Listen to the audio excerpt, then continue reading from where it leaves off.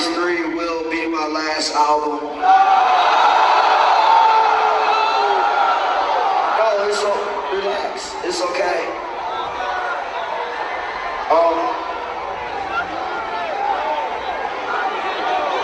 After Love is Race 3, I guess I will go on another tour for Love is Race 3.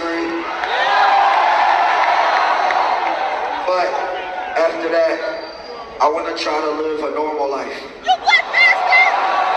What is up, y'all? It's Coffee. I'm back with some hip-hop news, man. A lot to get into. Eminem, Tupac. But first up, Lil Uzi Vert drops a bombshell on tour. Y'all heard it. He's retiring after Love is Rage 3, which is gonna be his next project. I guess he plans to tour a little bit after that and then just get into the normal life, like he said. But you know what?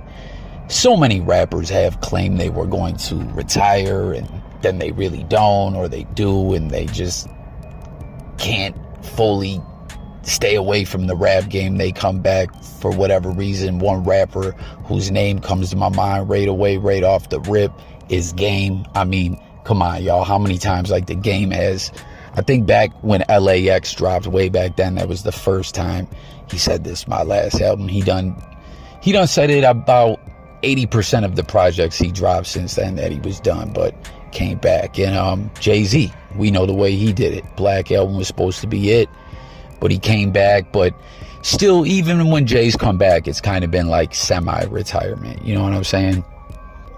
Which, man, we need a new Hove project ASAP. I've been waiting on one forever, man, but it is what it is, you know? Hove's the truth. But Lil Uzi Vert, what do y'all think? Will he retire? Do y'all fuck with him? I'm not a huge Uzi fan. He's got some hits or whatever.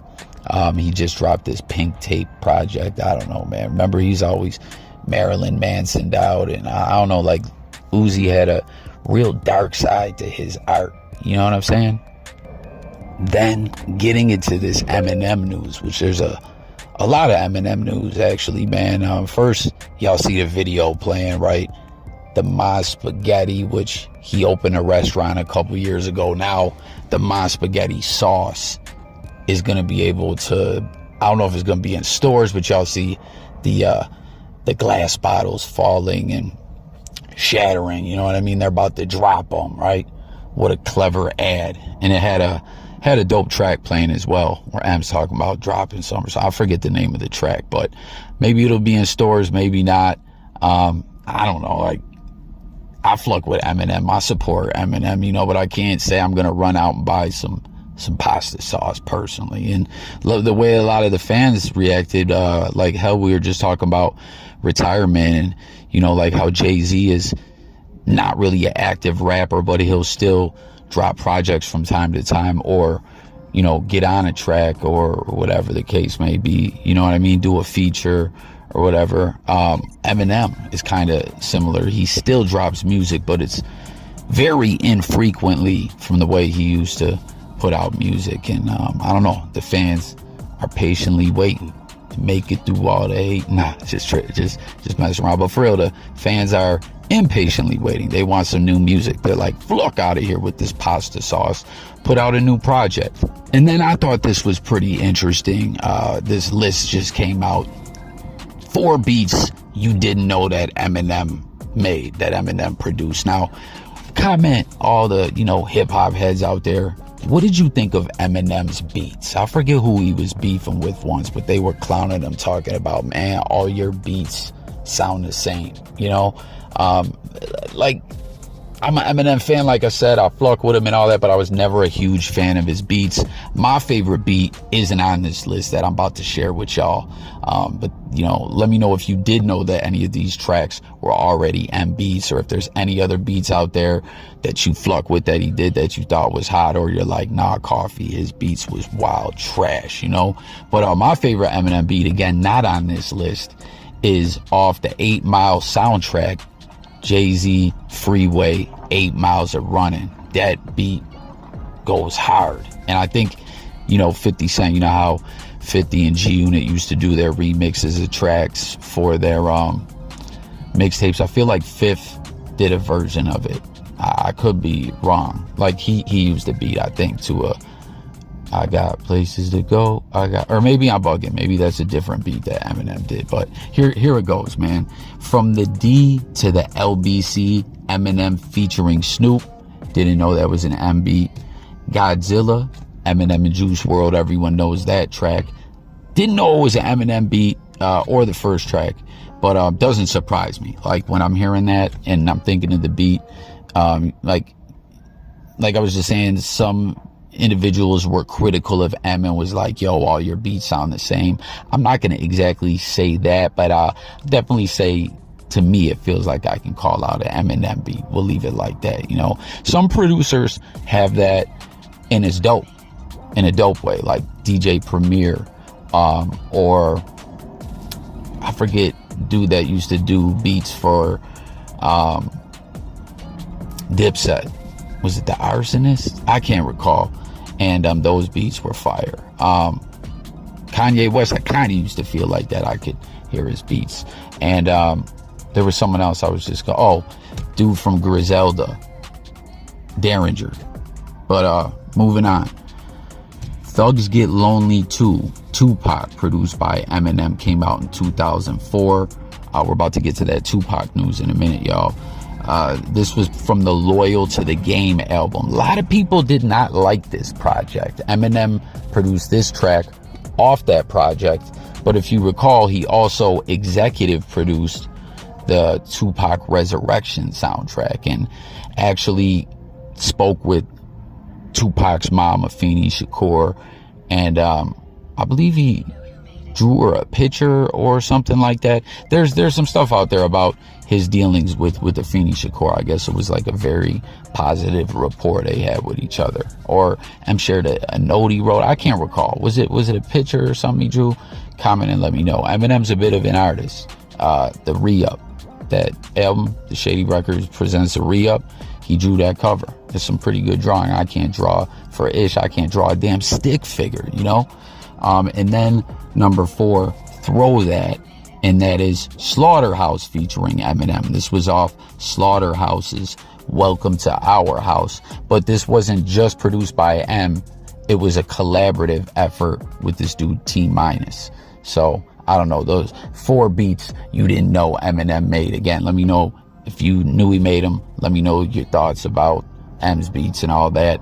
And some side news, this is very, very dope, very intriguing to me. As y'all heard, this last track from this Eminem list is Slaughterhouse, right? Well, some good news for the diehard Slaughterhouse fans out there, right? We got those projects. What was it called? The Rise and Fall of Slaughterhouse, or the Death of Slaughterhouse? I can't recall. Joel Ortiz and Crooked Eye went out there and made, you know, some Slaughterhouse music as a duo. Royce, Joe Budden not involved. As we know, Joe Budden retired. A lot of Slaughterhouse fans feel like it was Jump Off Joe Beasley's fault. Anyways, you know, with the group falling apart and all that.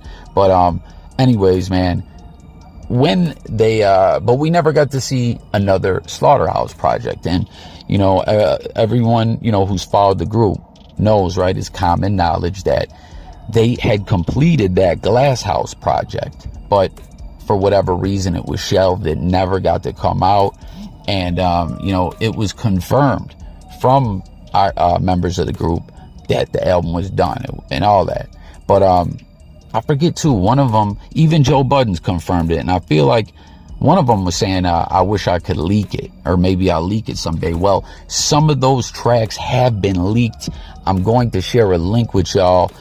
Shout out to this guy, the Shady Unit, over there on Instagram. He's a good follow. Drops a lot of interesting hip-hop content, Shady Records content, G-Unit, but not just like Eminem, you know, the name may make it sound that way, but no, he flux with hip-hop heavy and drops a lot of great content over there. And he has, you know, you can find them out there in the blogosphere. I think it's 3 tracks that got leaked by Just Blaze, which is interesting to me. There's another dope producer. We're talking about beats. Just Blaze, man. Just Blaze, you son of a gun, right? He does that Welcome to New York City from Killer Cam and Hove. But anyways, Just Blaze did this. So I'm pinning that link pin it in the comments. Go check it out if you want to hear the tracks. And man, let me know if you're happy to hear of these tracks getting leaked. Maybe we'll see more. I don't know why they just don't drop the Glass House project. You know what I mean? Like the way, like I said, the way Crooked I and Joell Ortiz came out as a duo, and then they were beefing with Joe Budden, and Royce wasn't too fond of it at first. I was like, man, is this like a promo gimmick move they're doing? But no, it seemed they were really beefing. You know, it was just always so wild with Slaughterhouse. You know, like 4 very gifted, dope MCs who really care about them bars. Hashtag bars matter. You know what I mean? And they were all cats that had been in the rap game and had kind of had situations go left for them. You know, like Eminem, Royce had been around M and beefed with him, and you know, had his project that he was first going to drop get bootleg. You know what I'm saying? And went through other hardships in the game. Crooked I was on the Row, Death Row records, the Row era, where things weren't too good. And I mean, I guess he shared, you know, through content he puts out and stuff, and you know, chopping it up with the fans, as Crooked I really interacts with his fans a lot. That's real dope of him. But he shared that he definitely got a bag over there, but he didn't get to get his music out, you know. And Joe Budden obviously dropped from labels and all that, which is crazy. He's Mr. Pump It Up to a lot of the mainstream, but they don't know Joey got bars. He's an emotional bipolar wreck, but he's a dope MC, man. And who was the other one? I don't know. Anyways, they all had their hardships. So with these songs leaked, I say they might as well get back together, right? Because they just beefed over when the stuff came out as a duo. Get back together, leak or put out Glass House once and for all, and go on a farewell tour. Make your amends with each other. You know what I'm saying? And give the fans what they really wanted. Like, no doubt it was dope to get the Crooked I and Joell Ortiz Slaughterhouse, but you know what I'm saying? The fans, like, I want to hear that project that we never got to hear, them as a group, all 4 of them. That's just how I feel. Y'all let me know what you guys think about it. And then we got to get into main news here, the Tupac news. And this is very interesting, man. This new autobiography came out of Tupac. It's lit, man. And Tupac predicted the dark future. You know what I'm saying? He predicted his death. And I want to go get this autobiography. I sound like a damn fool. A biography. An autobiography is written by the person who the biography is about, so I sound like a damn fool. But this new biography, I want to go get it, man.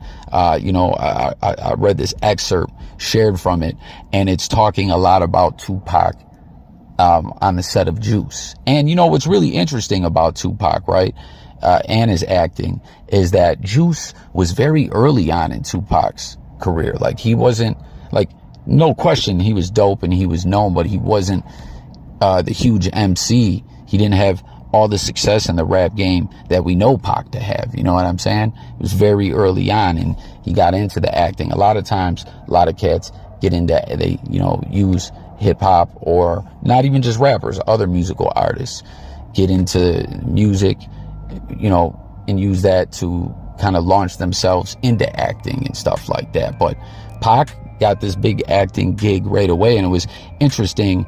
Again, this is for Juice, where we all know he went on to portray Bishop.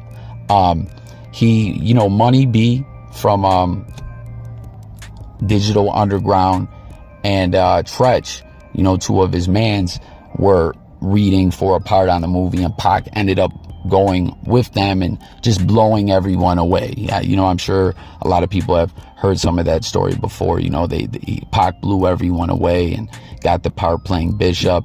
And while he was filming Juice, in his trailer, a lot of stuff went on, right? He wrote Brenda's Got a Baby. Omar Epps spoke about this. You know, Pac would regularly read the newspaper, and he came across the horrific, sad, tragic story that Brenda's Got a Baby was based on, and was talking about it with Omar Epps, and he ended up writing it right in that trailer on the set of Juice. You know, and I believe Omar Epps was there when he was writing some of it. I don't know about the whole thing, but you know, he was there when he wrote it. He was letting fans come fuck with him, you know, like being cool and friendly, bringing fans around, and being too friendly where someone got him for his jewels, robbed his jewelry, his chains and everything. And the movie people were like, yo, Pac, we'll get you back. We'll reimburse you. Don't worry. He was like, nah, don't worry about it. I'll handle it. And he ended up bringing in security, Stretch, after that happened. And Stretch was like Pac's on-set security. But, you know, we know they flucked with each other, you know, were peoples, but also collab together a lot, man. Side note, there's a lot of wild stories out there about Stretch and Pac. I think a lot of it's propaganda and BS though about Stretch. Let me know what you heard about it. But Stretch stayed with him on set, and they ended up finding the guy. Can you believe that? You go on a movie lot, someone is cool enough, a rapper who's in a movie is cool enough to let a fan come around and you steal his jewelry, right? Just grimy, okay, whatever. But then you come back around, like around the way. You know what I mean? I don't know if he came right back by, but close enough where people seen him. They seen the jewels. They called Pac, and they went and handled that and got the jewelry back. But all in all, after all this, you know, amazing stuff in the story of Tupac happened on this movie set, he blew everyone away. And we know it was a great movie. Tupac played that villain very, very well. Let me know too, guys, what your favorite Tupac movies are. And if you ever seen Bullet. I always feel like that's the Tupac movie that gets left out the picture that not a lot of people have seen, with Mickey Rourke. But anyways, after all this, the movie came out. It was dope.